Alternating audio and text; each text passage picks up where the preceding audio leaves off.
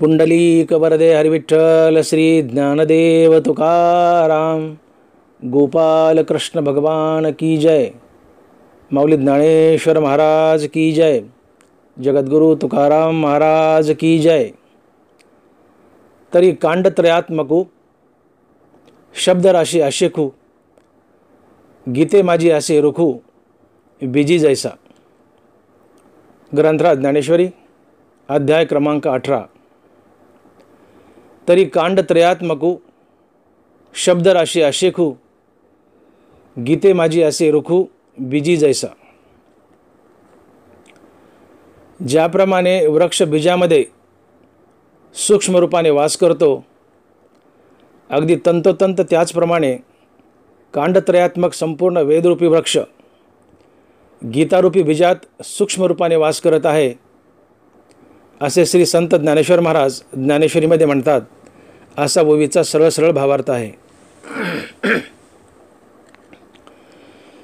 वेद हा एक विशाल वृक्ष आहे व गीता ही या वृक्षाला लागलेल्या फळातील एक बीज आहे। बीज म्हणजे नेमके काय? तर बीज म्हणजे आपल्या स्वरूपाने कोणत्याही वस्तूचा विस्तार ज्याच्यामध्ये सूक्ष्म रूपाने राहतो त्यास बीज असे म्हणतात। आणि म्हणूनच ज्ञानोबा म्हणतात, जेन नशतू स्वरूपे जयाचा विस्तारू जेत लपे, ते तयाचे मनिपे बीज जगी। ज्याप्रमाणे वृक्ष बीजामध्ये सूक्ष्म रूपाने वास करतो, अगदी तंतोतंत त्याचप्रमाणे कांडत्रयात्मक संपूर्ण वेदरूपी वृक्ष गीतारूपी बीजात सूक्ष्म रूपाने वास करत आहे, असे ज्ञानोबा म्हणतात।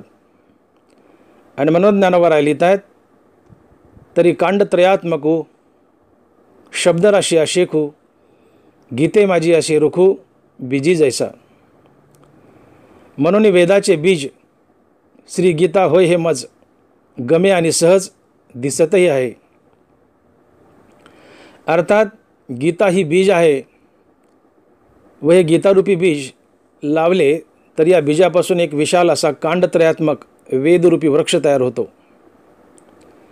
याचाच अर्थ वेदाचे तिन्ही भाग अर्थात वेदाचा संपूर्ण विस्तार साररूपाने गीतेमध्ये साठवला गेला आहे। म्हणून गीता ही कांडत्रयाचे निरूपण करणारी एक छोटीशी गोजीरवाणी श्रुतीच आहे, अर्थात वेदच आहे, असे माऊली म्हणतात। आणि म्हणून ज्ञानोबा लिहित आहेत, एम कांडत्रयात्मको निरूपणी श्रुतीची हे कोडीसवाणी, गीता पद्य रत्नाची लेणी लिहिली आहे। जे वेदाचे तिन्ही भाग गीते उमटले असती चांग, भूषणरत्नी सर्वांग शोभले जैसे। भगवान श्रीकृष्णाने अर्जुनास जी गीता सांगितली, ती गीता म्हणजे वेदाचे मूळ सूत्र, एक सुसव्य वेद अर्थात वेदाचे सार होय। आणि म्हणून ज्ञानोबा म्हणतात, म्हणून वेदाची सुसव्यता ते हे मूर्त जान श्री गीता, श्रीकृष्णे पंडुसुता उपदेशिली। एवं वेदाचे मूळ सूत्र सर्वाधिकार एक पवित्र श्रीकृष्णे गीताशास्त्र प्रकट केले। अलंकारातील रत्नांनी सर्वांग जसे शोभून दिसते, तसे वेदातील तिन्ही कांडे गीतेमध्ये शोभून दिसत आहेत, असे माऊली म्हणतात।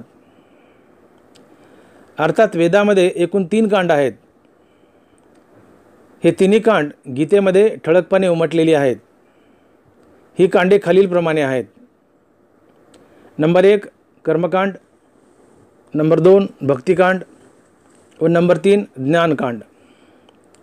हीच तिन्ही कांडे गीतेमध्ये कोणत्या ठिकाणी उमटली आहेत, ती डोळ्यांना स्पष्टपणे दिसतील अशा प्रकारे माऊली स्पष्ट करून ज्ञानेश्वरीमध्ये सांगत आहेत। गीतेतील पहिला जो अध्याय आहे तो गीताशास्त्राच्या प्रवृत्तीची प्रस्तावना आहे। दुसऱ्या अध्यायात सांख्यशास्त्राचा अभिप्राय थोडक्यात स्पष्ट सांगितला आहे। हे गीताशास्त्र ज्ञानप्रधान असून मोक्ष देण्यास स्वतंत्र आहे, इतकेच गीतेच्या दुसऱ्या अध्यायात थोडक्यात सांगितले आहे. आणि म्हणून ज्ञानोबा म्हणतात, तरी पहिला जो अध्याय तो शास्त्र प्रवृत्ती प्रस्ताव, द्वितीय सांख्य सद्भाव प्रकाशिला. मोक्षदानी स्वतंत्र ज्ञान प्रदान हे शास्त्र, एतुलाले दुजी सूत्र उभारिले. आता आपण तिन्ही कांड सविस्तरपणे पाहूयात. सर्वप्रथम नंबर 1 कर्मकांड. गीतेच्या तिसऱ्या अध्यायात कर्मकांड सांगितले आहे. अज्ञानाने बांधलेल्या जीवास मोक्षपदाची प्राप्ती होण्याकरिता साधनांचा जो आरंभ अर्थात कर्ममार्ग तो तिसऱ्या अध्यायात सांगितला आहे.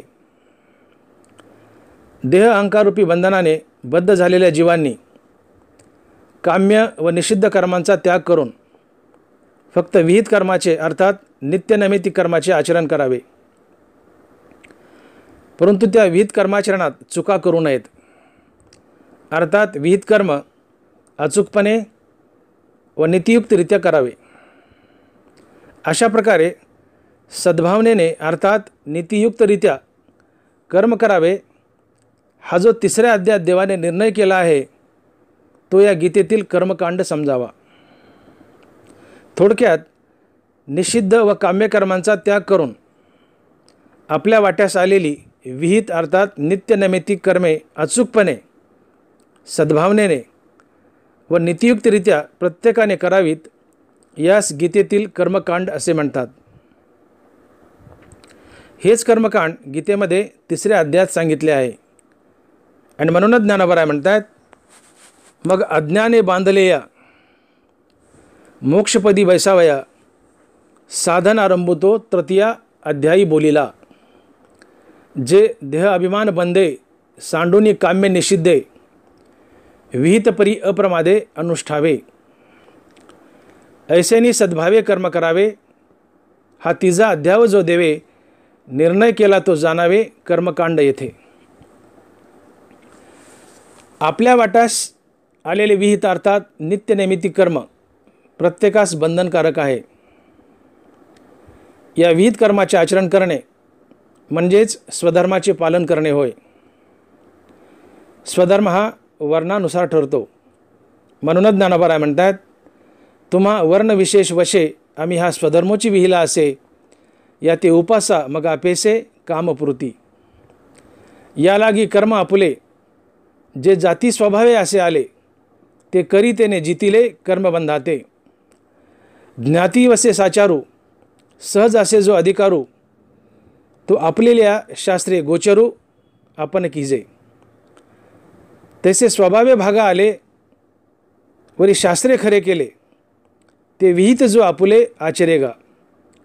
तैसे वर्ण आश्रम वशे जे करणी आले असे, गोरिया अंगा जैसे गोरेपणा. वर्णानुसार आपल्या वाट्यास आलेले कर्म प्रत्येकाने जरूर करावे अशी भगवंताची इच्छा आहे. कारण चातुर्वर्णाची निर्मिती स्वतः भगवंताने केली आहे. भगवान म्हणतात, आता याची परी जाण चारी आहे ती हे वर्ण, सृजिले म्या गुण कर्म भागे. परंतु सध्या चातुर्वर्णाची घडी विस्कळीत झाली आहे. सध्या वर्णानुसार स्वधर्माचे पालन कोणीच करताना दिसत नाही. याचे प्रमुख कारण म्हणजे मनुष्यास होणारा अनेक प्रकारचा मोह आहे. त्यातली त्यात मनुष्य प्रामुख्याने अर्थ अर्जनाच्या मोहामुळे व देहासक्ती आणि देहास पडणाऱ्या कष्टामुळे स्वधर्म टाकतो व परधर्माकडे खेचल्या जातो.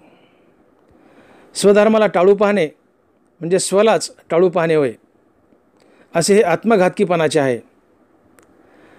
स्वधर्माच्या आश्रयानेच आपण पुढे जाऊ शकतो व स्वधर्मच आपणास तारू शकतो. म्हणून स्वधर्माची कास कोणीही सोडू नये. आपण आपली नोकरी व व्यवसाय करत करत वर्णानुसार आपल्या वाट्यास आलेला स्वधर्म प्रत्येकाने पाळावा अशी ज्ञानेश्वरीची इच्छा आहे. उदाहरणार्थ वैश्याने नोकरी अथवा व्यापार करत करत शेती व गोपालन करावे. परंतु असो, तूर्त हा विषय आपण येथेच थांबूयात. सध्या तुम्ही ज्या नोकरी व व्यवसायात उभे आहात त्या व्यवसायास तूर्त आपण विहित कर्म करणे अर्थात स्वधर्माचे पालन करणे म्हणूयात. ज्याच्यामध्ये जो विशेष गुण आहे तो त्याने विकसित करावा. जोपर्यंत वैराग्य व आत्मज्ञानाच्या प्राप्तीची आपणास खात्री नाही तोपर्यंत विहित कर्म अर्थात स्वधर्म टाकू नये. वैराग्य प्राप्तीच्या आधी आपले विहित कर्म अर्थात स्वधर्म जर कोणी टाकला तर त्या व्यक्तीस पाप लागते व त्याची अधोगती होते असे ज्ञानोबा म्हणतात. आणि म्हणूनच ज्ञानोबा लिहितात, म्हणून स्वधर्म हा सांडसील तरी पापा वरपडा होसील आणि आपेश त्यानं वचेल कल्पांतवरी. का गळास्तन अजेचे तसे जियाले देखी तयाचे जय अधिष्ठान स्वधर्माचे घडेची ना. तो पातकाची राशी जान भारभूमीसी जव निरार्थता नाही तव व्यापारू असे पाही मग संतुष्टीच्या ठाई कुंठे सहज. तैसी आत्मज्ञानाविकी जव निश्चिती नाही निकी तव नोहावे यागादिकी उदासीना. स्वकर्म अर्थात स्वधर्म आचरण्यास कठीण आहे म्हणून जो कर्मच टाकतो त्या व्यक्तीस मोक्ष तर दुरावतोच परंतु त्यास येणारा काळ देखील शासन करतो. काळ त्या व्यक्तीचे सर्वस्व हिरावून घेतो व त्यास दारिद्र्य येते. त्रिभुवनातील सर्व दुःखे व नानाविध पातके त्याच्याजवळ वास करतात. म्हणून माऊली म्हणतात, मनवणी स्वधर्म जो सांडील तया ते काळू दंडील चोरू म्हणून हरील सर्वस्व तयाचे. तैसी त्रिभुवनाची दुःखे आणि नानाविध पातके दैन्य जात तितुके तेथेची वसे. म्हणून प्रत्येक व्यक्तीने आपल्या वाट्यास आलेले विहित कर्म अर्थात स्वधर्म अवश्य पाळावा. मनुष्याने स्वधर्माची कास कधीच सोडू नये. कारण मनुष्याचा आत्मोद्धार स्वधर्मातूनच होत असतो. मासा जसा पाण्यास विसंबत नाही तसे स्वधर्मास कोणीही विसंबू नये. आणि म्हणून ज्ञानोबा म्हणतात, जैसे जळचरा जळ सांडे आणि तत्क्षणी मरण मांडे हा स्वधर्म तेने पाडे विसंबू नये. स्वधर्माचे पालन हे आपल्या जीवनाचे साध्य असते अर्थात तो आपल्या जीवनाचा हेतू असतो. या हेतुपूर्तीसाठीच मनुष्य देहाचे प्रयोजन असते. ज्या व्यक्तीस मोक्षाची अर्थात भगवत प्राप्तीची ओढ नसते त्याने फलासक्तीने अर्थात सकाम भावनेने का होईना परंतु आपले विहित कर्म करावे अर्थात स्वधर्माचे पालन करावे परंतु स्वधर्म कधीही टाकू नये. अशा प्रकारे निषिद्ध व काम्य कर्मांचा त्याग करून आपले विहित कर्म अर्थात नित्यनैमित्तिक कर्म अचूकपणे सद्भावनेने व नीतियुक्तरित्या करणे म्हणजेच गीतेतील कर्मकांड होय असे ज्ञानोबा ज्ञानेश्वरीमध्ये सांगतात. विहित कर्मे अर्थात नित्यनैमित्तिक कर्मे म्हणजे यज्ञ, दान, तप होय. यज्ञ म्हणजे स्वधर्माचे पालन करणे होय. गीतेतील यज्ञ व स्वधर्म हे शब्द कर्तव्य अर्थात व्यवसाय रूपाने आलेले आहेत. म्हणून यज्ञ अर्थात स्वधर्म म्हणजे वर्णानुसार आपल्या वाट्यास आलेले कर्म किंवा सध्या परिस्थितीत आपण करत असलेला व्यवसाय व नोकरी होय. दान तर दान म्हणजे शरीराने, वाचेने, मनाने व धनाने जेवढा परोपकार करून सात्विक कर्मे करता येतील तेवढे करणे म्हणजेच दान होय. आता राहिले तप. तर तप म्हणजे मुखाने अथवा मनाने हरिनाम घेणे होय. थोडक्यात विहित कर्म अर्थात नित्यनैमित्तिक कर्म म्हणजे आपल्या वाटेस आलेला दैनंदिन व्यवसाय, दिवसभरात परोपकारार्थ होणारी सर्व दान पुण्यादी सात्विक कर्मे व मुखाने अथवा मनाने हरिनाम घेणे होय. विहित कर्म, नित्यनैमित्तिक कर्म, यज्ञ, स्वधर्म व स्वकर्म हे एकाच अर्थाचे पर्यायी शब्द आहेत. आता निषिद्ध कर्मे. निषिद्ध कर्मे म्हणजे चोरी, भांडण, हिंसा, परनिंदा, परपीडा व इतर सर्व दुष्कृत्य होय. आता काम्यकर्मे. काम्यकर्मे म्हणजे पुण्यप्राप्तीच्या किंवा स्वर्गप्राप्तीच्या कामनेने प्रेरित होऊन केलेली विशेष सत्कर्मे होय. उदाहरणार्थ अश्वमेधादी यज्ञ करणे, 12 विहीर बगीचा वगैरे परोपकारार्थ तयार करणे, जमीन व गाव इनाम देणे इत्यादी होय. हे झाले कर्मकांड. आता आपण भक्तिकांड पाहूयात. भक्तिकांड म्हणजे काय? अज्ञानाने बांधलेल्या जीवास मोक्षपदाची प्राप्ती होण्याकरता साधनांचा जो आरंभ अर्थात कर्ममार्ग तो 3ऱ्या अध्यायात सांगितला आहे. देह अहंकाररूपी बंधनाने बद्ध झालेल्या जीवांनी काम्य व निषिद्ध कर्मांचा त्याग करून आपल्या वाट्यास आलेली विहित अर्थात नित्यनैमित्तिक कर्मे अचूकपणे सद्भावनेने व नीतियुक्तरित्या करावीत. मग हेच विहित अर्थात नित्यनैमित्तिक कर्म आचरले असता अज्ञानापासून खास सोडणारे कसे होईल? अशी इच्छा झाली असता अर्थात बद्ध पुरुषाला मोक्षाची इच्छा झाली असता त्याने विहित कर्म अर्थात नित्यनैमित्तिक कर्म ब्रह्मार्पण बुद्धीने करावे असे देवाने सांगितले. अर्थात मला मोक्ष मिळावा अशी बद्ध जीवास अपेक्षा झाल्यास त्याने आपले विहित अर्थात नित्यनैमित्तिक कर्म ब्रह्मार्पण बुद्धीने करणे हे मोक्षप्राप्तीचे साधन आहे असे भगवान गीतेमध्ये 4थ्या अध्यायापासून ते 11व्या अध्यायापर्यंत सांगत आहेत. असे ज्ञानोबा ज्ञानेश्वरीमध्ये म्हणतात. अर्थात निष्काम कर्मयोग हेच मोक्षप्राप्तीचे साधन आहे असे भगवान श्रीकृष्ण गीतेमध्ये सांगतात. इथे भगवान असे म्हणतात की शरीर वाचा व मन यांच्याकडून जे जे विहित कर्म जसे उत्पन्न होईल ते विहित कर्म बुद्धियोगाचा आश्रय करून अर्थात कर्माभिमान व फलेच्छा त्यागून ईश्वराची पूजा समजून ईश्वराच्या प्रीत्यर्थ व ईश्वरार्पण बुद्धीने करा. अर्थात कर्माने ईश्वरास भजा. कर्माने ईश्वरास भजणे अर्थात ईश्वराप्रीत्यर्थ व ईश्वरार्पण बुद्धीने फलत्यागयुक्त कर्म करणे हाच कर्मयोग व हीच ईश्वराची भक्ती आहे व हेच मोक्षप्राप्तीचे साधन आहे. कर्मयोगाने ईश्वराच्या ठिकाणी भक्ती कशी करावी हे सांगण्याच्या विषयास गीतेच्या 4थ्या अध्यायाच्या शेवटच्या भागात आरंभ केला आहे. 4थ्या अध्यायाच्या अखेरपासून तो विश्वरूपाचा 11वा अध्याय संपेपर्यंत या 8 अध्यायात कर्माने ईश्वराची भक्ती कशी करावी हे सांगितले आहे. कर्माने ईश्वराची भक्ती करणे म्हणजेच भक्तिकांड होय. गीतेमध्ये 4 ते 11 या 8 अध्यायात उघडपणे भक्तिकांड सांगितले आहे. हे आडपडदा सारून मी स्पष्टपणे सांगत आहे असे ज्ञानोबा ज्ञानेश्वरीमध्ये म्हणतात.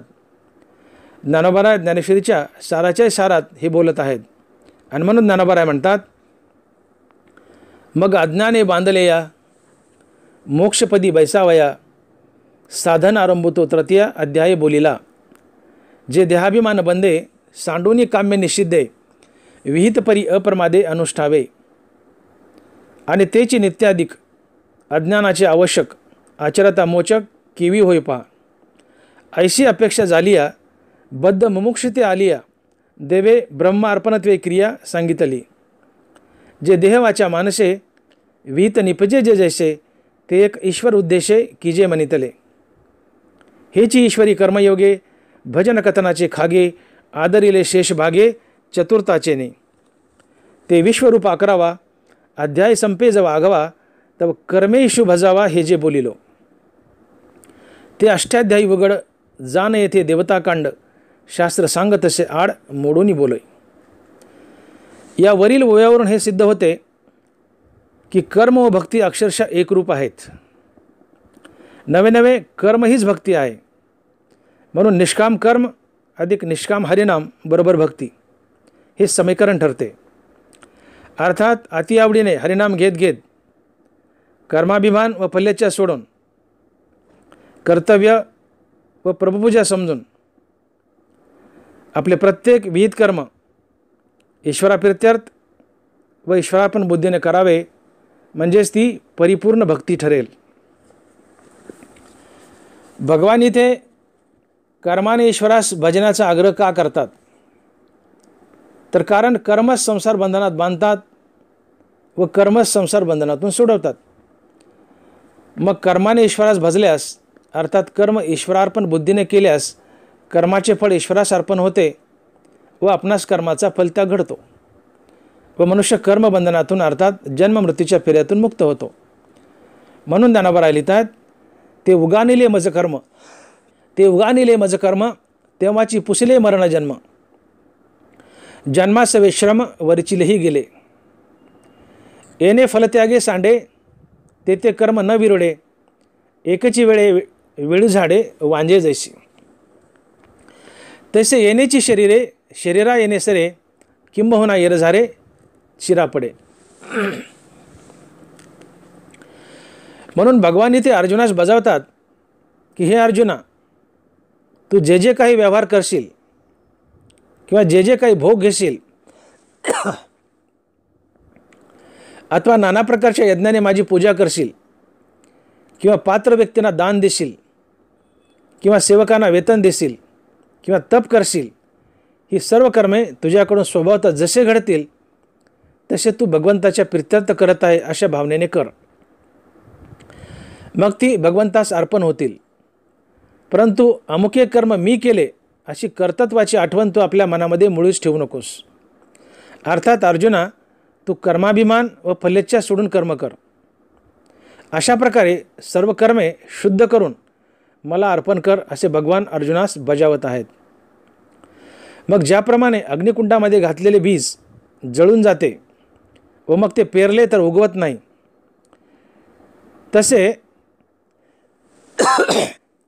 तसे भगवंतास अर्पण केलेली सर्व बरी वाईट कर्मे जळून जातात व ती जन्ममृत्यूच्या रूपाने उगवत नाही.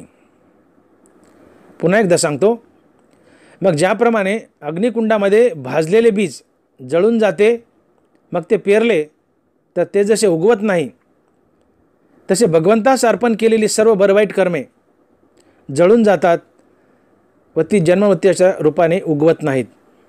अर्थात ती तुम्हाला संसार बंधनात बांधत नाहीत. आणि म्हणून ज्ञानोबा म्हणतात, मग अग्निकुंडी बीजे घातली, ती अंकुरदशे जेवी मुकली, तेवी न फळतीच मजार पिली शुभाशुभे. परी ते बीजे जैशी दगदिली, न उगतीची पेरिली, तशी कर्मेची परितया झाली मोक्ष हेतू. जाळून बीज जैसे झाडकीजे निर्वंशे, फळ त्यागुनी कर्म तैसे त्यजिले जेणे. आणि जे जे कर्म निपजे ते थोडे बहुन मनिजे, निवांतची अर्पिजे माझी आठाई. परी सर्वथा आपुल्या जीवी, किलियाची से काहीच न उरवी, ऐशी धुओनी कर्मे द्यावी माझी हाती. तैसा कर्तृत्वाचा मधू आणि फळ भोगाचा आस्वादू, या दोहीचे नाव बंधू कर्माचा की. हे कर्म मी करता का आचरेने या अर्था, ऐसा अभिमानू झने चित्ता रिगो देसी. जे जे काही व्यापार करसी का भोगहन भोगीसी, अथवा यज्ञी यजीशी नानाविधी. ना तरी पात्रविशेष दाने का सेवकादिशी जीवने, तपादी साधने व्रते करिसी. ते क्रिया जात आगवे, जे जैसे निपजेल स्वभावे, ते भावना करून करावे माझी या मोहरा. म्हणून अर्जुना या परी पाहायचा वेळू नवेल भारी, हे संन्यास युक्ती सोपारी दिदली तुझ. याचाच अर्थ कर्मच मनुष्या संसार बंधनात बांधतात व कर्मच मनुष्या संसार बंधनातून सोडवतात. पुन्हा एकदा ऐका, याचाच अर्थ कर्मच मनुष्या संसार बंधनात बांधतात व कर्मच मनुष्या संसार बंधनातून सोडवतात. तुम्हाला एक दृष्टांत सांगतो म्हणजे लक्षात येईल. एकदा एक जावई सासरवाडीस गेला. उन्हाळ्याचे दिवस होते, आंब्याची रेलचेल होती. मग काय जावई बापूस जेवणात सकाळी आमरस व संध्याकाळी आमरस. या आमरसामध्ये वाटी वाटी तूप. या आमरसाचा व तुपाचा कार्यक्रम जावई बापूसाठी दररोज चालूच होता. एके दिवशी जावई बापूचे आमरसाने व तुपाने अचानक पोट बिघडले व त्यांना संडास लागली. सर्व कुटुंबीय घाबरून गेले. मग सासरेबुवा व जावई दोघे मिळून एका डॉक्टरकडे गेले. खेडेगाव असल्यामुळे डॉक्टरही झाडपाला देणारच होता. डॉक्टर साहेबांनी जावई बापूस तपासले व औषधाच्या पुड्या बांधून दिल्या. डॉक्टर साहेबांनी जावई बापू सांगितले की काळजी करू नका, या पुड्या तुपात घालून घ्या, संडास राहून जाईल. त्यावर जावई डॉक्टर साहेबांना म्हणतो, अहो डॉक्टर साहेब, तुपानेच तर संडास लागली आहे व तुम्ही पुन्हा तुपातच पुड्या खा म्हणता. आता माझी काही जगण्याची आशा नाही आहे, मी मरतो आता. त्यावर डॉक्टर साहेब म्हणाले, जावई बापू, औषध तर तुपातूनच खावे लागेल, त्याशिवाय तुम्हाला गुण येणार नाही. जावई म्हणतो, ठीक आहे, आता सत्तेपुढे सांडपाना चालत नाही, खातो आता. जावई बापूने घरी आल्यावर त्या औषधाच्या सर्व पुड्या तुपात घालून घेतल्या आणि खरोखरच जावई बापूची संडास राहिली. जावई बापूंना संडास कशाने लागली होती? तर तुपाने. व राहिली कशाने? तर तुपानेच. याचाच अर्थ तुपानेच संडास लागली व तुपानेच संडास राहिलीही. तसे कर्मच मनुष्यास संसार बंधनात बांधतात व कर्मच मनुष्यास संसार बंधनातून सोडवतात. म्हणूनच भगवान आम्हास कर्माने ईश्वरास भजण्याचा अर्थात फलत्यागयुक्त कर्म करण्याचा आग्रह करत आहेत. कारण कर्माने ईश्वरास भजल्यास अर्थात ईश्वराचे नाम मनात धारण करून कर्म ईश्वराप्रित्यर्थ व ईश्वरार्पण बुद्धीने केल्यास कर्माचे फळ ईश्वरास अर्पण होते व आपणास कर्माचा फलत्याग घडतो व मनुष्य कर्मबंधनातून अर्थात जन्ममृत्यूच्या फेऱ्यातून बाहेर पडतो. मग हीच आपली कर्मे जर आपण ईश्वरार्पण बुद्धीने फलत्यागयुक्त केली नाही तर आपल्या या कर्माची फळे अर्थात पापपुण्य शिल्लक राहते व हे कर्मफळ अर्थात पापपुण्य भोगण्यासाठी आपणास पुन्हा देह धरावा लागतो व आपण पुन्हा पुन्हा जन्ममृत्यूच्या फेऱ्यात अडकतो. आणि म्हणून ज्ञानोबा म्हणतात, आगा कर्मे जे उरावे तर तीही सुखदुःखी फळावे आणि तया ते भोगावया यावे देहा एका.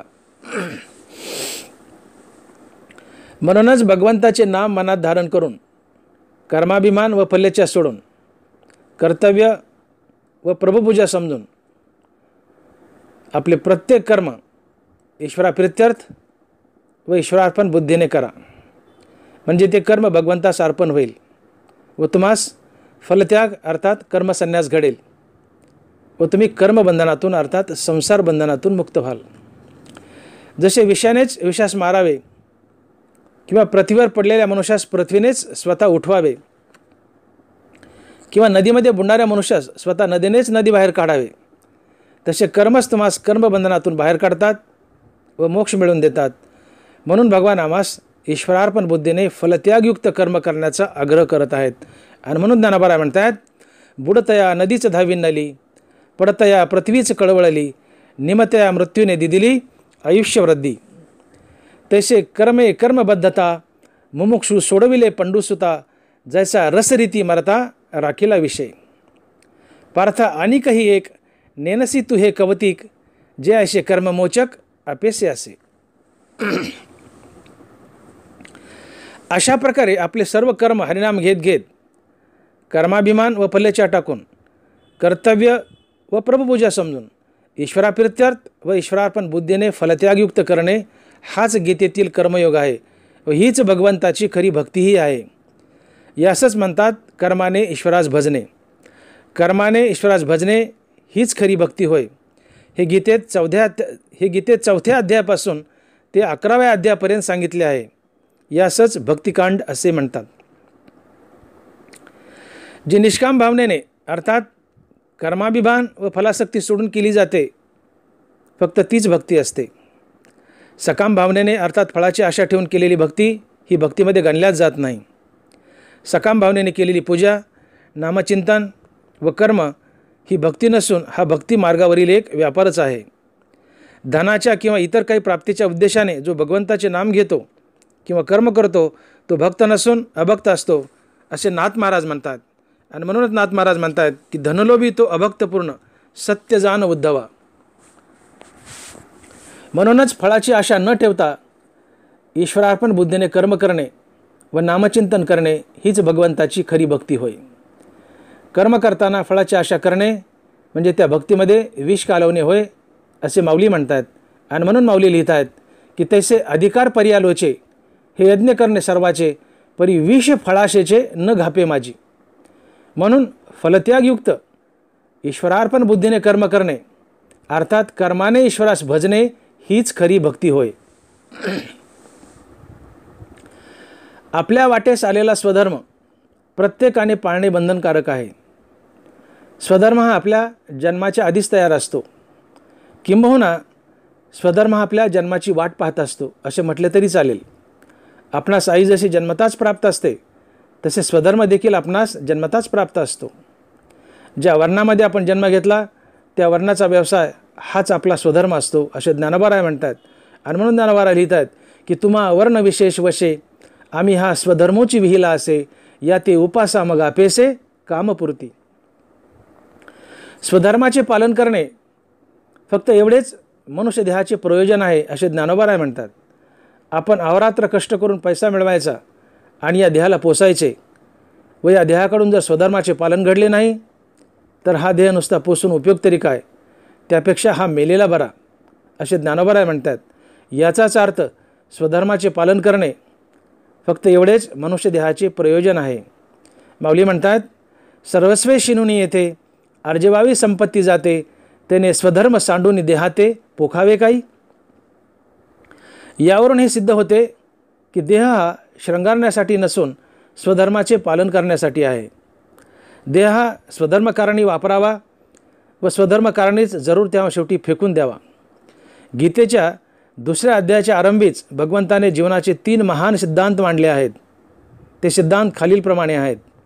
नंबर 1 देहाची नश्वरता, नंबर 2 आत्म्याची अमरता व नंबर 3 स्वधर्माची अबाध्यता अर्थात स्वधर्म कोणीही टाकू नये असे हे 3 महासिद्धांत आहेत. आणि म्हणून ज्ञानोबाराय लिहित आहेत या कौरवा भलते झाले अथवा तुझची काही पातले की युगची हे बुडाले जरी येत तरी स्वधर्मो एक आहे तो सर्वथा त्याज्य नव्हे मग तरी जेल काय पाहे कृपाळूपणे. आणि शरीर जाता आगवे हे नाशिवंत स्वभावे म्हणून इथवा झुंजावे पंडूक मरा. तसे शरीराच्या लोपी सर्वथा नाशू नाही स्वरूपी म्हणून तू निरोपी भ्रांती बापा.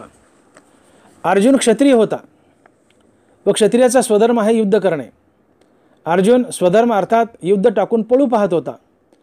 तेव्हा भगवान अर्जुनास म्हणतात हे अर्जुना या युद्धात कौरव मेले काय किंवा तू मेला काय किंवा हे जगच या युद्धात बुडाले काय तरी तुला हे युद्ध टाकता येणार नाही. कारण युद्ध हा तुझा स्वधर्म आहे व स्वधर्म हा कधीच त्याज्य नाही अर्थात तो कधीच टाकता येत नाही. कारण स्वधर्म हाच एकमात्र मनुष्यासाठी तारक असतो. म्हणून भगवान अर्जुनास म्हणतात तुम्हा क्षत्रियांना युद्ध वाचून दुसरे काही करणे उचित नाही. तुम्हा क्षत्रियांचा स्वधर्म युद्ध करणे आहे म्हणून अर्जुना तू युद्धच करावे. आणि म्हणून ज्ञानोबाराय लिहित आहेत म्हणून या लागी पाही तुम्हा क्षत्रिय अनिक काही संग्रामा वाचूनी नाही उचित जाणे. स्वधर्माची विसरलासी तरावे जेणे. यावरून स्वधर्माची अबाध्यता कळते अर्थात स्वधर्म हा कधीच टाकू नये शिवाय स्वधर्म हा वर्णानुसार ठरतो हे सिद्ध होते. स्वधर्माचे अर्थात स्वकर्माचे पालन करताना फळाची आशा केल्यास त्या स्वधर्मामध्ये दोष येतो, ती भक्ती ठरत नाही. अमृत पिल्यास मनुष्य अमर होतो परंतु हेच अमृत जर विषासोबत पिले तर अमृतसुद्धा मारक ठरते.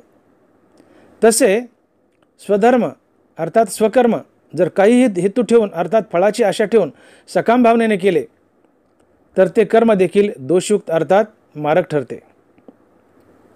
पुन्हा एकदा सांगतो, लक्षात घ्या, अमृत पिल्यास मनुष्य अमर होतो परंतु हेच अमृत जर विषासोबत पिले तर अमृतसुद्धा मारक ठरते. तसे स्वधर्म अर्थात स्वकर्म जर काही हेतू ठेवून अर्थात फळाची आशा ठेवून सकाम भावनेने केले तर ते कर्म देखील दोषयुक्त अर्थात मारक ठरते अर्थात आपणास जन्ममृत्यूच्या फेऱ्यात बांधते. आणि म्हणून ज्ञानोबाराय लिहित आहेत अमृते तरीच मरिजे जरी विखेशी सेविजे तैसा स्वधर्मी दोषी पाविजे हेतुकपणे. म्हणूनच भगवान श्रीकृष्ण अर्जुनास गीतेमध्ये जागोजाग हेतुरहित अर्थात फलत्यागयुक्त कर्म करण्याचा उपदेश अर्थात आग्रह करत आहेत. आणि म्हणून ज्ञानोबाराय लिहित आहेत की कर्माधारे राहटीजे परी कर्मफळा न निरीक्षिजे जैसा मंत्रज्ञू न बाधीजे भूतबाधा. परी कर्मफळे आस न करावी आणि कुकर्मी संगती न व्हावी हे सत्क्रियाची आचरावी हितुविना. मनोनी फळी लागू सांडोनी देह संगू कर्मे करावी हात सांगू निरोप माझा. तू योगयुक्त होणी फळांचा संग सांडोनी मग अर्जुना चित्त देवोनी कर्मे करी. म्हणून बुद्धियोग सधरो ते तर अर्जुना होई स्थिरो मने करी अव्हेरू फळहितूचा. म्हणून जे जे उचित आणि अवसरे करून प्राप्त ते कर्म हेतुरहित आचरतू. म्हणून तुझं पार्था हेतू सांडोनी सर्वता क्षात्रवर्ती झुंजता पाप नाही. जया बुद्धियुक्ता झालिया पार्था कर्मबंधू सर्वता बाधून पवे. आणि जेणे जेणे वेळे घडती कर्मे सकळे तयांची ती फळे तेजितू जाय. जसे कमळाचे पान पाण्यामध्ये राहते परंतु त्या पाण्याने ते लिप्त होत नाही, तसे सर्व कर्मे फलत्यागयुक्त करावीत व त्या कर्मामध्ये लिप्त होऊ नये. आणि म्हणून ज्ञानोबा म्हणतात की तो कर्मे करी सकळे परी कर्मबंधा ना कळे जैसे न शिंपे जळी जळे पद्मपत्र.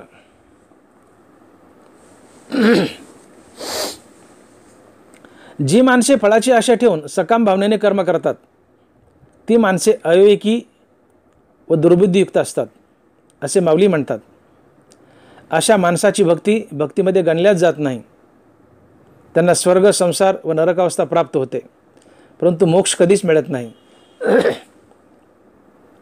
सकाम भावनेने भक्ती करणाऱ्या माणसाची भक्ती कशी मूर्खपणाची असते याबद्दल बोलताना माऊली म्हणतात की अमृताचा कलश प्राप्त केला परंतु तो लात मारून सांडून दिला, किंवा कापराची मोठी रास तयार करायची व त्यास आग लावून द्यायची, किंवा मिष्टान्नामध्ये काळकूट विष कालवायचे, किंवा सुंदर स्वयंपाक करून तो स्वतः न खाता थोड्याशा पैशासाठी लोकांना विकायचा. हे वरील सर्व प्रकार जसे मूर्खपणाचे लक्षण आहे तसे सकाम भावनेने कर्म करणे म्हणजे मूर्खपणाचे लक्षण आहे असे ज्ञानोबा म्हणतात. आपली सर्व विहित कर्मे अति आवडीने हरिनाम घेत घेत कर्माभिमान व फलेच्छा त्यागून कर्तव्य व प्रभुपूजा समजून ईश्वराप्रीत्यर्थ व ईश्वरार्पण बुद्धीने फलत्याग युक्त करा. हे कर्म करताना आपले कर्म पूर्णतास गेले तर सुखी होऊ नका व अपूर्ण राहिले तर दुःखी होऊ नका. कर्माच्या पूर्ण आणि अपूर्ण या दोन्ही अवस्थेत मनाचा समतोल राखा. अर्थात सुखात संतोषू नका व दुःखात विषादास भजू नका. आपण आपल्या स्वधर्माचे आचरण करत असताना जो प्रसंग येईल तो मुकाट्याने सहन करावा. सुखदुःखात व कर्माच्या यश अपयशात मनाचा समतोल व चित्ताचे समत्व राखणे हाच योग व योगाचे सार असते असे ज्ञानोबा म्हणतात. तात्पर्य सुखदुःखात मनाचा समतोल राखणे हाच योग असतो. अशा कौशल्याने आपले विहित कर्माभिमान व फलेच्छा टाकून कर्तव्य व प्रभुपूजा समजून ईश्वराप्रीत्यर्थ व ईश्वरार्पण बुद्धीने करणे हाच निष्काम कर्मयोग असतो. आणि म्हणूनच भगवान गीतेमध्ये म्हणतात योगा कर्मसु कौशलम. ज्ञानोबराय म्हणतात देखे संता संत कर्मी हे जे सरिसेपण मनोधर्मी तेची योगस्थिती उत्तमी प्रशंसिजे. अर्जुना समत्व चित्ताचे तेची सार जाण योगाचे जेत मन आणि बुद्धीचे ऐक्य आथी. जी बुद्धी फलत्यागयुक्त कर्म करते अशा बुद्धीस सुबुद्धी किंवा सद्बुद्धी असे म्हणतात. यासच बुद्धियोग किंवा निष्काम कर्मयोग असेही म्हणतात. अशा फलत्यागयुक्त कर्म करणाऱ्या सद्बुद्धीमुळे अर्थात कर्मयोगामुळे आम्हास ऐहिक सुख तर मिळतेच परंतु मोक्ष प्राप्ती देखील घडते. नदीला जसा शेवट समुद्रच असतो तसे सद्बुद्धी शेवट परमात्माचा असतो. अर्थात सद्बुद्धी आपणास मोक्ष प्राप्ती करून देते. ज्याप्रमाणे मांत्रिकास भूतबाधा होत नाही त्याप्रमाणे सद्बुद्धीचा अर्थात निष्काम कर्मयोगाचा वापर करून फलत्यागयुक्त कर्म केल्यास आम्हास देखील संसाराची बाधा होत नाही. म्हणून भक्ती ही आपण आपल्या मनाने न करता ज्ञानेश्वरी शास्त्रास पुसावी म्हणजे आपण गोंधळात पडणार नाहीत. तुम्हाला एक दृष्टांत सांगतो म्हणजे लक्षात येईल. एकदा एका माणसाचे खूप डोके दुखू लागले. तो मनुष्य औषधाच्या दुकानावर गेला व त्याने मनानेच गोळ्याचे पाकिट विकत घेतले.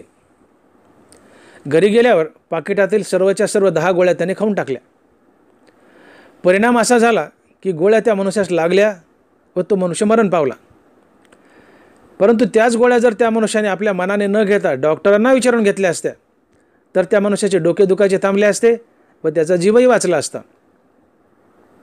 तसे आपण देखील भक्ती आपल्या मनाने न करता ती ज्ञानेश्वर महाराज व ज्ञानेश्वरी शास्त्रास विचारून करावी, म्हणजे आपणही वाचल्या जाऊ व आपला उद्धारही होईल. मग ज्ञानेश्वरी हे शास्त्र भक्तीची नेमकी काय व्याख्या सांगते? मग ज्ञानेश्वरी हे शास्त्र भक्तीची नेमकी काय व्याख्या सांगते? तर ती ज्ञानेश्वरी शास्त्राने सांगितलेली भक्तीची व्याख्या पुढील प्रमाणे आहे. अति आवडीने हरिनाम घेत घेत कर्माभिमान व फलेच्या टाकून कर्तव्य व प्रभुपूजा समजून आपले सर्व कर्म ईश्वराप्रित्यर्थ व ईश्वरार्पण बुद्धीने फलत्यागयुक्त करणे म्हणजेच भक्ती होय. अर्थात कर्माने ईश्वरास भजा, कर्माने ईश्वरास भजणे अर्थात ईश्वराप्रित्यर्थ व ईश्वरार्पण बुद्धीने फलत्यागयुक्त कर्म करणे हाच कर्मयोग व हीच भगवंताची खरी भक्ती आहे. हे गीतेत 4थ्या अध्यायापासून ते 11व्या अध्यायापर्यंत सांगितले आहे. यासच भक्तिकांड असे म्हणतात, असे ज्ञानोबा ज्ञानेश्वरीमध्ये सांगतात.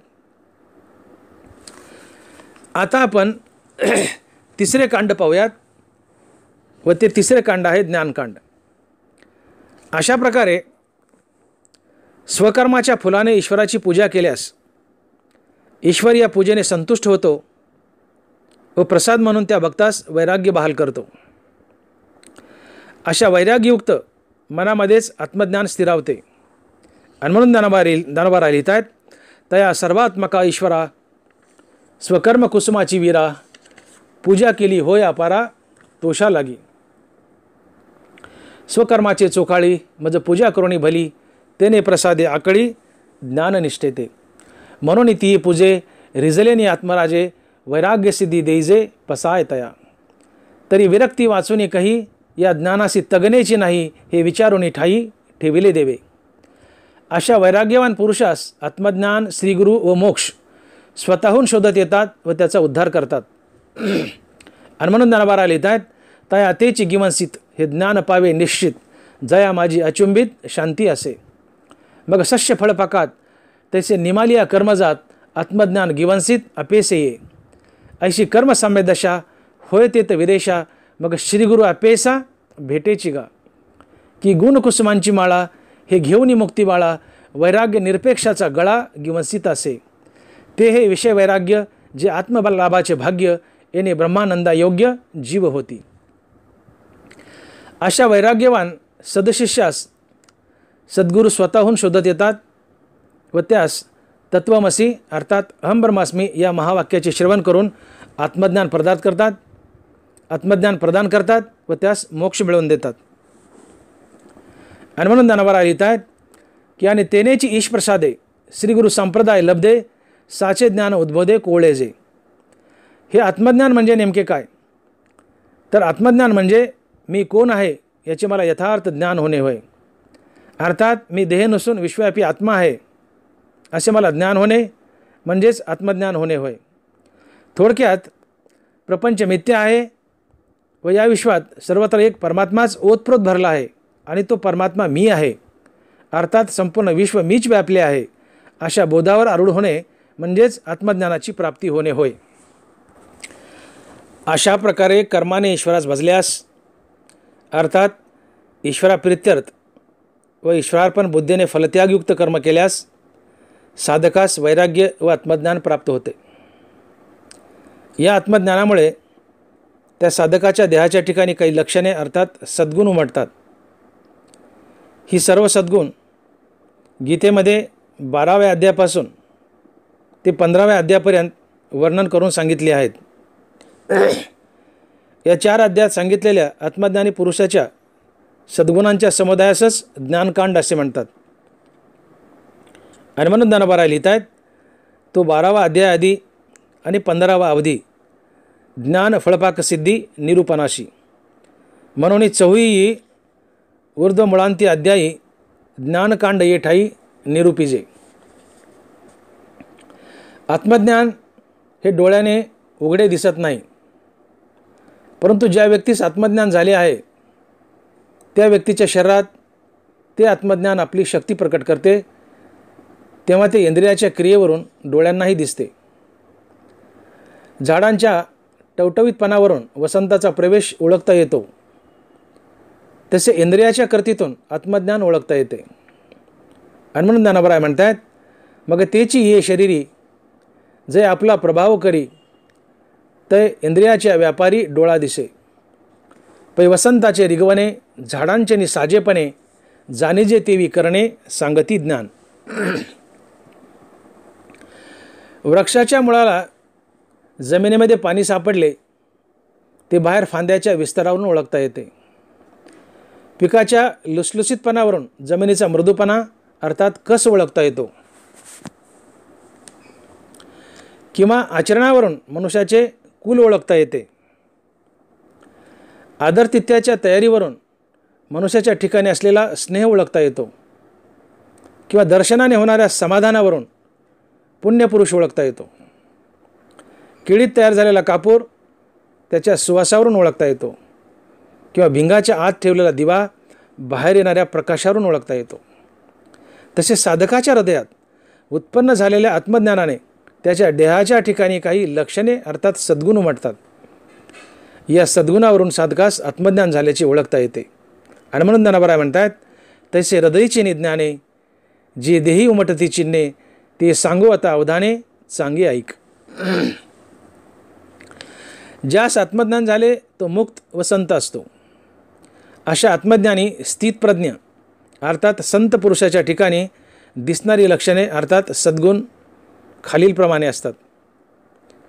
अमानित्व, अदंबित्व, अहिंसा, शांती, अर्जव, सद्गुरुसेवा, शौच, स्थैर्य, अंतकरण निग्रह, वैराग्य, अनाहंकार, जन्ममृत्यू जराव्याधी यांच्यामध्ये दुःखदोष यांचा वारंवार विचार करणे, अनासक्ती, ग्रहधारा पुत्र यांच्याबद्दल अलोलुप्यता, समचित्त, भगवंताच्या ठिकाणी अनन्य अव्यभिचारी भक्ती, एकांतप्रियता, अध्यात्मज्ञान नित्य आहे असा बुद्धीचा निश्चय आणि तत्वज्ञान दर्शनम.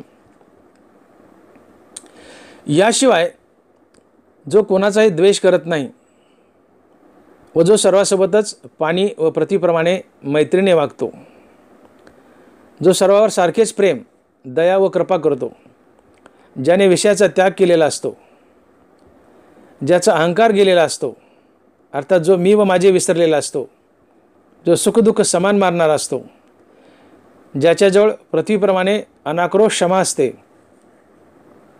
अर्थात जो अपकार करणाऱ्यावर देखील उपकार करतो, ज्याच्याजवळ मूर्तिमंत दया असते, जो सतत संतुष्ट व समाधानी असतो, ज्याचे मन आत्मस्वरूपात कायमचे स्थिरावलेले असते, ज्याच्या वागण्यात धर्म अर्थात सत्य, प्रेम, जिव्हाळा, नीती, रीती, माणुसकी व इमानदारी असते, जो जितेंद्रिय असतो अर्थात ज्याने मन व इतर सर्व इंद्रियावर ताबा मिळवलेला असतो, ज्याच्याजवळ अद्वैत व समदृष्टी असते, ज्याची भगवंतावर दृढ श्रद्धा असते व जो भगवंताचे अतिआवडीने सातत्याने नामचिंतन करतो, ज्याने आपले मन व बुद्धी भगवंतास अर्पण केलेली असते व ज्याचे मन निरंतर आत्मसुखात निमग्न असते, जो अल्पसंतुष्ट असतो, जो इतरास कोणासही त्रास देत नाही, लोकांचा ज्याला कंटाळा येत नाही, लोक देखील ज्याला कंटाळत नाहीत, जो हर्ष, शोक, भीती व उद्वेग रहित असतो, ज्याच्याजवळ कमालीची सहनशीलता असते, जो निस्वार्थ, निरीच्छ व अनासक्त असतो, जो देहावर उदास असतो, ज्याने काम, क्रोध, लोभ, मद, मोह, मत्सर यांचा त्याग केलेला असतो, जो कर्माभिमान व फलेच्छा सोडून कर्तव्य व प्रभुपूजा समजून ईश्वराप्रित्यर्थ व ईश्वरार्पण बुद्धीने आपले कर्म करतो अर्थात जो कर्मयोगी असतो, जो मितभाषी असतो, जो मौनी असतो, जो सातत्याने सत्य बोलतो, जो आपल्या वाणीने कोणासही दुखावत नाही, ज्याचे बोलणे अमृतासारखे मधुर असते, जो शत्रू, मित्र आणि मान, अपमान याविषयी समभाव बाळगतो, ज्याच्याजवळ आपपर असा भेदभाव नसतो, ज्याला निंदास्तुती सारखीच वाटते, हे सर्व विश्वात ज्याचे घर असते, ही वरील सर्व सद्गुण आत्मज्ञानी अर्थात संत पुरुषाच्या ठिकाणी वास करतात. ज्याच्या जीवनात ही वरील सर्व लक्षणे अर्थात सद्गुण वास करतात, फक्त तोच आत्मज्ञानी अर्थात संत पुरुष असतो, इतर कोणीही नाही. झाडे पालवी व फुलांनी सजून सुशोभित झाली की समजून घ्यावे वसंत ऋतूचे आगमन झाले. तसे साधक वरील सर्व सद्गुणांनी सजून सुशोभित झाला की समजून घ्यावे साधकाच्या जीवनात आत्मज्ञान व संतपदाचे आगमन झाले. आत्मज्ञानी अर्थात संत पुरुषाच्या जीवनात असलेल्या वरील या सर्व सद्गुणांच्या समुदायासच ज्ञानकांड असे म्हणतात, असे ज्ञानोबराय म्हणतात. मी आत्मज्ञानी आहे अशी भावना मनात ठेवणे हा सुद्धा एक अहंकारच आहे. मग ज्या आत्मज्ञानाने माया अर्थात अज्ञान जाळून टाकले ते आत्मज्ञानसुद्धा जाळून टाकून निखिल ब्रह्मस्वरूप बनणे म्हणजे संत बनणे होय. आणि म्हणून ज्ञानोबराय म्हणतात, ऐशी जळो सरली या माया तित जाळीते तेही जळे.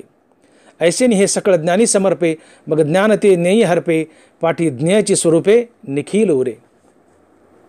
असा संत महात्मा मुक्तीवर भजनयुक्त असतो. तो ज्ञान गिळून गोविंद गात असतो. असे हे संतपद म्हणजे विश्वातील सर्वोच्च व सर्वोत्तम पद होय.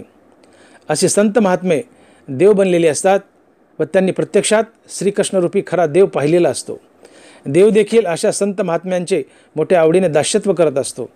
अशा जीवनास धन्य व सफल जीवन म्हणतात. असे सफल जीवन अर्थात संत जीवन प्राप्त करणे म्हणजेच मानवी जीवनाची खरी सार्थकता होय. म्हणूनच ज्या आत्मज्ञानाने संतपद प्राप्त होते व मनुष्य मृत्यूवर विजय मिळवतो त्या आत्मज्ञानाची प्राप्ती करणे हेच मनुष्य जीवनाचे प्रमुख ध्येय असावे. असे हे आत्मज्ञान व सर्वोत्तम संतपद मनुष्यास कर्माने ईश्वरास भजल्यास प्राप्त होते.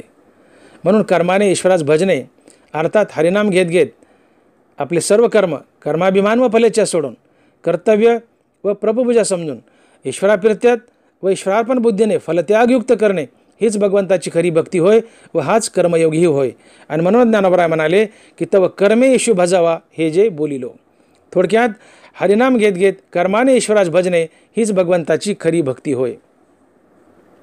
अशा प्रकारे ज्ञानोबरायांनी वेदातील तिन्ही कांड गीतेमध्ये कोणकोणत्या ठिकाणी उमटली आहेत ती डोळ्यांना स्पष्टपणे दिसतील अशा प्रकारे ज्ञानेश्वरीमध्ये स्पष्ट करून दाखविली आहेत.